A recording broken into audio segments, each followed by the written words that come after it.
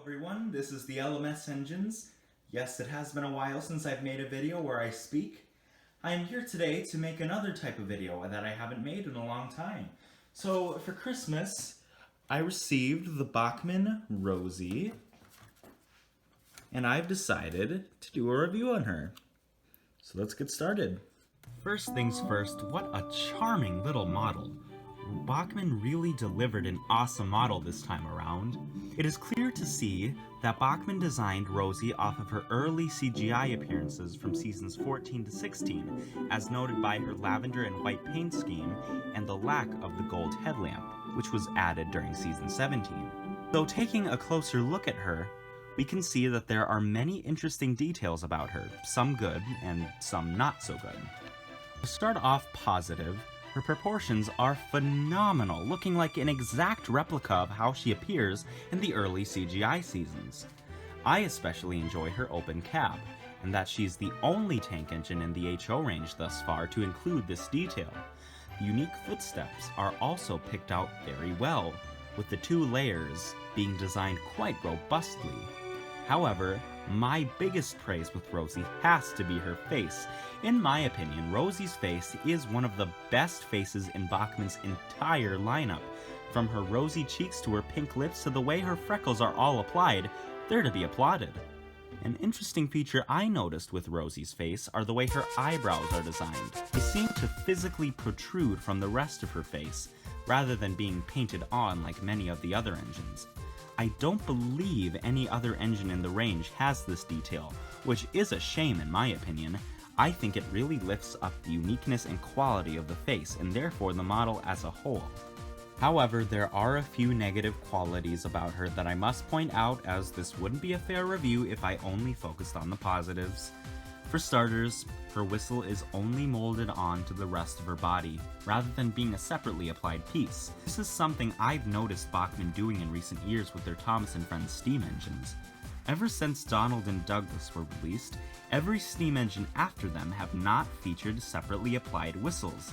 This is quite cheap and hard to excuse in my opinion. Even if the whistle was made of plastic, it would totally lift up the look of the model more than this cheap excuse of a molded-on whistle. And to add to that, the design of her molded whistle is quite similar to Thomas's whistle, which is a separately applied piece, so I don't understand why the manufacturers couldn't reuse the same mold for Rosie's whistle. Another detail that I find a little lackluster are her linkage rods, and that part of them are plastic. It looks off, especially compared to other engines with similar coupling rod designs like Percy or the China Clay Twins. Again, a design that Bachmann has used in the past with other models would have been so easily reused for Rosie was again avoided for cost-cutting reasons and therefore lessening the appearance of this mostly stellar model. However, there is one quality about the model that is very upsetting to me: the way her paint has been applied. Now, to give credit where credit is due, most of the paint application on the model is very nice. Though Rosie isn't an incredibly complex engine to design in terms of livery, Bachmann did a nice job with applying most of the paint on her. From the red lining on her tanks and windows to the gold banding on her boiler, most of her paint has been applied very well. And that's the key word: most. Her wheels tell a different story. Rosie is unique compared to other Thomas & Friends engines in that her wheels have two different colors, with the main red and the white lining around them. The white lining is the biggest problem. Words that come to mind to describe the lining are flaky, lazy, and overly sensitive. Manufacturers have seemed to use a sort of tape material to line the wheels, and a real cheap one at that. In return, the lining is incredibly sensitive to touch, and is far too easy to scratch away. As you can see, there are a ton of little scratches along the lining on the wheels. And over here, after 5 days of owning this model, a large chunk of her lining has chipped away. From a consumer standpoint, this is infuriating. This model, as with the majority of the Thompson Friends range, priced at around $70 or more.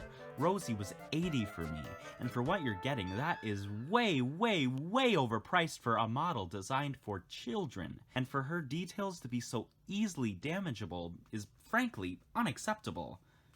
With that negative spur aside, I think Rosie is still a very nice model, one of Bachmann's best in a while, though I truly, truly wish the faults I mentioned above could have been fixed, and they so easily could have avoided these silly problems with just a little more thought and money put into the model. She could have been one of the best in the entire Thomas lineup. Anyways, let's move on to see how she runs, and I will say that her performance is one to be reckoned with. Alright, so now let's test out Rosie's performance. We'll start her off with seeing how good of a slow speed she can do, how good of a crawl she can do. I do just want to mention, just to be clear with everyone, I have run Rosie in. I've tested her 30 minutes in each direction, backwards and forwards, which is very important to do with your models. Make sure you get the best performance out of them. Well, let's test out Rosie's slow speed. We'll do forward, I believe, first. Oh boy. Oh, wow. Oh, nice. That is an excellent, excellent slow speed. All right, now let's try her backwards. Turn the controller up very slightly.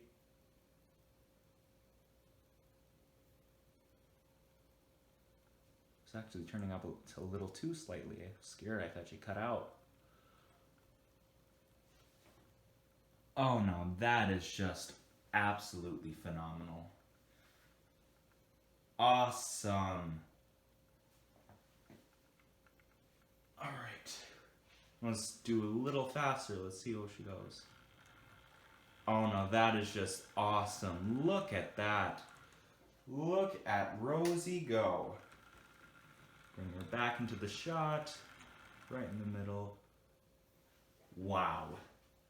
Now that is absolutely awesome. So I will test her out with this rake of 3 of the Thompson Friends red branch line coaches.